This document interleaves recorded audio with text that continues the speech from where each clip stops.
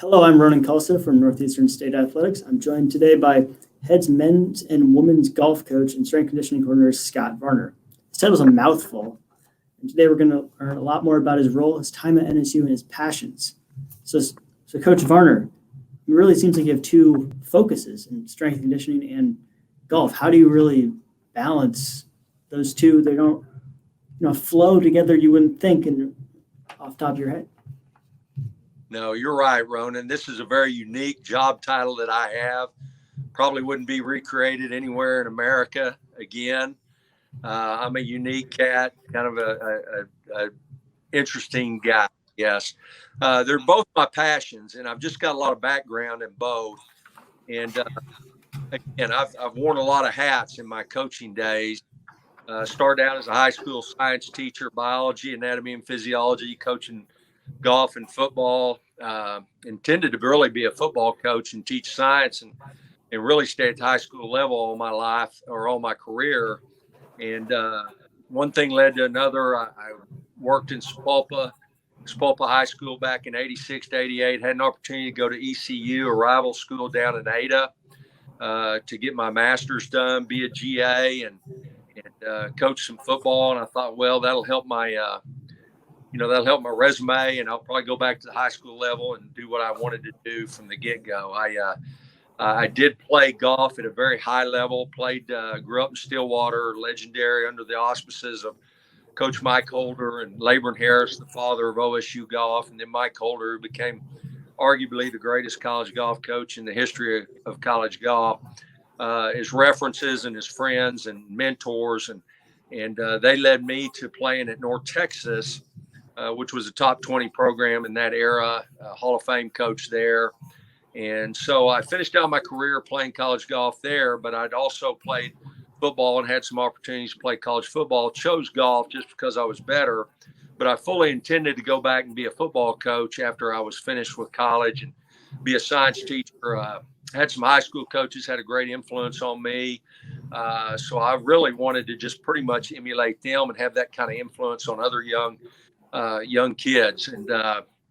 And so I got my science teaching endorsements. I got a master's in exercise physiology. And again, when I went to East Central, fully intended to go back to high school. And then I wound up getting hired full time there. Had the blessing of winning a national championship in football there in '93. Was the defensive line coach, strength conditioning coach. And the year before that, actually a year and a half before that, the president of the university, Bill Cole, wanted to really put some emphasis on the golf program there at ECU. And he knew my background, knew I'd played college golf and played at a high level, was a former state champion. And he asked me if I would take over the golf program there, and that he'd give me some resources. If I had some success, we'd get some more resources. And of course, it was an opportunity to make more money. As a young snot-nosed coach, you're looking for all those opportunities. So I said yes, and kind of the rest is history a little bit. 95, we almost won a national championship there. We're 3 holes away. Got hired at a Division I school to coach college golf in 97 at Louisiana Monroe. And then had an opportunity with my mom's health and what have you to come back here in 98, 2 years after being down there. Came here, and I've been here ever since. It's like you said, it's my 23rd year. And again, an interesting background to say the least. I was a strength conditioning coach, football coach, and men's golf. We didn't have women's golf there at ECU, which was an interesting title in and of itself. Also taught majors courses in fitness and wellness down there as well in the health and human performance kinesiology department. And then I came here, and that's how kind of I started here. I was Gil Cloud was the AD at the time, hired me to be the director of golf, created a nice title, nice position, and I also taught classes that were also majors classes here. And then in 2005, after we'd had much success with our men and women's, we would come very close to winning national championships, particularly with the women, but also with the men at that time. We'd kind of gotten on a run of winning conference championships at that point as well, both programs. And Eddie Griffin, like I said, the AD at that time, had built our indoor facility and had gotten a gentleman, Riker Young, to help contribute and build that indoor facility for us. And he asked me if I would finish it out, make a strength conditioning facility out of it. And if I would, take over as the coordinator of strength conditioning, because again, he knew my background in exercise science. He knew I'd served as a strength conditioning coach in my days at ECU while I was coaching football and golf. And I said, sure. I looked for the opportunity to have more influence on more kids. So that gave me an opportunity to do that, as much as I hated giving up the classroom, because I did enjoy teaching. But in 2005, I took over that role as the strength conditioning coordinator to go with my director of golf role as the men and women's golf coach, and been doing it ever since. And certainly love the role, but it is unique. Like I said, if I ever left this position, I'm sure the position probably wouldn't be retained in its current form, and I'm sure that there would not be another position out there in America somewhere to go take a job doing this somewhere else. So, yeah, it's been interesting to say the least, and I've loved every minute of it. When you look at the course and in the weight room, what do you bring, mindset wise to the course for golfers, and then to, say, the football team, helping out weights and conditioning? Well, I mean, one thing that is the beauty when it comes to golf nowadays, Ronan, is that, I was a voice crying in the wind back in really as a player myself in the 80s, 70s, and 80s when I was working out when other college kids and other college golfers weren't. But certainly when I took over in the 90s and was coaching and doing all three of those things, coaches would recruit against me. They'd say, man, if you go play for Coach Varner, you're going to have to get up in the morning, work out, and do all this drill and practice. We're a real structured program, always have been, because I'm a product of my environment. I played and worked under 3 Hall of Fame coaches, and that's the way they operated. But again, nowadays it's become cool. Starting with Tiger Woods and Annika in the late 90s, it made it an easy sell to kids after that, because Annika and Tiger both really, really put a lot of emphasis on their strength conditioning program. And again, it became more than just some light foam rollers and some stretches and some body weight calisthenic stuff. They really got in the weight room and got after it, and really got after their cardio as well. And so then it became an easy sell when the 2 best players in each gender in the world were really working out hard. And now you've seen the impetus it's gone from there is all your great players in the professional level now work out really aggressively, really get after it. Again, it's not a few foam rollers and light stretches. It's get in the weight room, work a total body workout, head to toe, including core, including some golf specific movements, and then really hitting the cardio and really getting, just like we do in every sport. I've always said, and this goes back to, again, before it was cool with everybody, that a stronger, more explosive, better conditioned athlete, all other things being equal, will be a better athlete in every single sport, including golf. So it's really come to fruition now. And because again, you're more efficient, your swing's more efficient, you can generate more club head speed with less effort. Everything is easier and more simple to execute as far as the technical aspects of a golf swing. And again, conditioning level as well. We play 36-hole days, particularly our men. You've got to have some cardiovascular endurance. You've got to have some stamina. So our cardio really comes into play there. And then obviously, like I said, the stronger, more explosive, more powerful athlete can generate more club head speed with less effort and more efficiency than somebody that does not. So it benefits you in every way. And I've been very, very thankful that everybody now has come on board, even though I'm the old guy now, and it's getting toward the end of my career. Mm-hmm. And in 23 years, I'm sure student athletes have really changed and adapted. And how have you adapted with them? Different types of people nowadays. Well, student athletes have changed more probably on a social aspect, but still the core of a student athlete, and talking in terms of an athlete, still the core values and the fundamentals of work ethic and really embracing the grind and just the sacrifice and the self-discipline it takes to become an elite athlete and an elite player Those things haven't really changed, thank goodness. But, again, kids have really bought in. I've got some recruits on campus today, for instance, and one of the things they're looking for now in the recruiting process is they want guys that can, they want a program that is going to provide a good strength conditioning program, and they want to see the weight room. They want to see your facilities. They want to hear about your specifics of what you do with strength conditioning, where 15, 20, 25 years ago, that wouldn't have been the case. It would have been the case with a few, but it wouldn't have been the case with everybody that you were looking at as a recruit. And as I've told many kids over the years, if you're looking for a place to go drink some beer and attend a few classes and go to school and practice a little golf, this isn't your place. We have a very regimented, scheduled, structured program, and that's our workouts, our practice structure, meetings, everything we do together as a team, and it's very intense, and we have a lot of fun in the process. That's you can't minimize the fun aspect, because again, we create a great team concept and a great team culture, and our kids really love being together and working and playing together. The kind of kids that we recruit and the kind of character, what I call championship character, I always tell them championship character breeds champions. That's in all aspects of your life, whether it be academically, whether it be socially, and certainly athletically. And those kind of kids we look for. Are you going to always be perfect in the recruiting process with that? No, you're going to make a few mistakes. But we've been blessed for the most part to have a bunch of great kids that really have that kind of character and really buy in. You coach the men and the women's team. That's got to be an interesting, on the course. I think they practice together. How does that work? Having the men and the women under you. Some programs might have a men's coach and a women's coach. Yeah, there's a very good question, Ronan.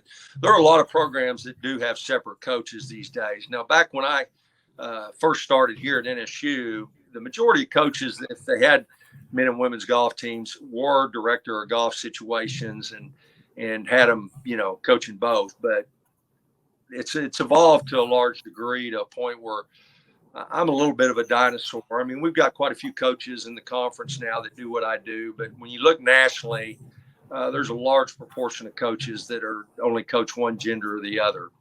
But I can do this and do it without compromising our programs. That's why both programs have always been able to compete, at a very high level, been a national powerhouse. Both teams, the majority of my time here, have been ranked in the top 25 nationally or top 10 to a large majority of those years even. And numerous conference championships, regional championships, national championship advancements. We've had, I think well over 12, 13, just off the top of my head, top 10 finishes at the national championship tournament, combined men and women. And, we've been able to continue that kind of success because I can be very efficient. Like I said, I'm an old guy. I've been doing this a while. I can manage this because I know what to do and have been doing it so long. A young coach, I think it might be a little overwhelming for him coming in these days, certainly to do what I do with men and women's golf. And then you throw in coordinating and overseeing strength and conditioning for all sports on the campus. That would probably be incredibly overwhelming for a young coach. But just to coach men and women together for a young coach, and to do it when, like I said, we got nationally ranked and respected caliber programs, I would say that'd be a huge challenge for a new up and coming young coach. So again, I've been able to do that, and just simply because I know what to do. I have a wealth of experience over many, many years, and have served on so many national committees and things of that nature, conference committees. And, I could probably open a consultants agency on how to coach, college golf. I wanted to in retirement, but, I love what I do, and I don't plan on retiring anytime soon. And I want to continue in this capacity as long as NSU will have me. Yeah. Do you have a different approach to the men and women, though? Yeah, I'm sure other programs probably wonder how that works for us. I know our kids get quizzed a lot of times in tournaments about, how is it playing for Coach Varner, and how does that work when you're with the men and with the women, and what do you guys do? You do everything together and so on. I mean, they get asked the same things. Kids are intrigued. Other teams, other players from other teams. we do a lot of our stuff together. But again, that also helps create that team concept and that family atmosphere that we like and that I really try to promote here. Because again, a lot of these kids coming out of high school, a lot of times they're the best player, obviously, in their programs, many of them, most of them, if not all of them, that we've recruited over the years. And a lot of the programs they come out of, the program really is them. I mean, it's just them individually, and it's all about them. They've never really been a part of a true team and a true team concept. So for a lot of those kids that come in here, this is their first experience really playing on a competitive team where there's a whole lot of other players just as good as they are, and they're all grinding and working and encouraging and loving and crying on each other and everything else, which is all part of the wonderful experience of being a college athlete. But we do those things together. Our workouts we do together, our drill and practice days that we go out and do our station rotations, hitting balls, chipping, putting. We do those things together. We have team meetings together, sports psychology meetings together, Christmas parties and other special events together. When we qualify, we do separate quite a bit. And then obviously when we travel for tournaments, we're traveling separately. But to a large degree, we do most of it together. And our kids really embrace that. Our girls and guys really treat each other like brothers and sisters. It really is a unique situation. I think if you ask any of our past alums, they would tell you the same thing. Yeah. When you look at the family atmosphere, has there been a highlight for you in your coaching career at NSU, or has it always been all about the family and everything's so great? When you get to my point in age, Ronan,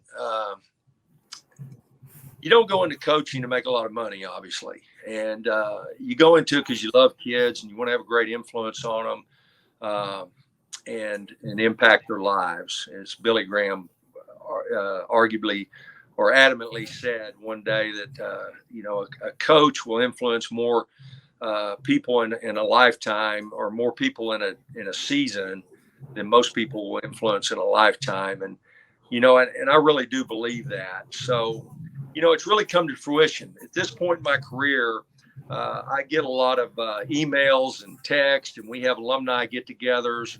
And I'm talking about even back to my high school coaching days, back to my ECU coaching days, and then certainly my time here, to where you see your former athletes and their husbands and wives and mothers and fathers and having a big role in their communities and doing all kinds of things where they're making a big impact on society. And I'm just really proud when I see those kids doing that, especially when they reach back out to me and tell me thanks.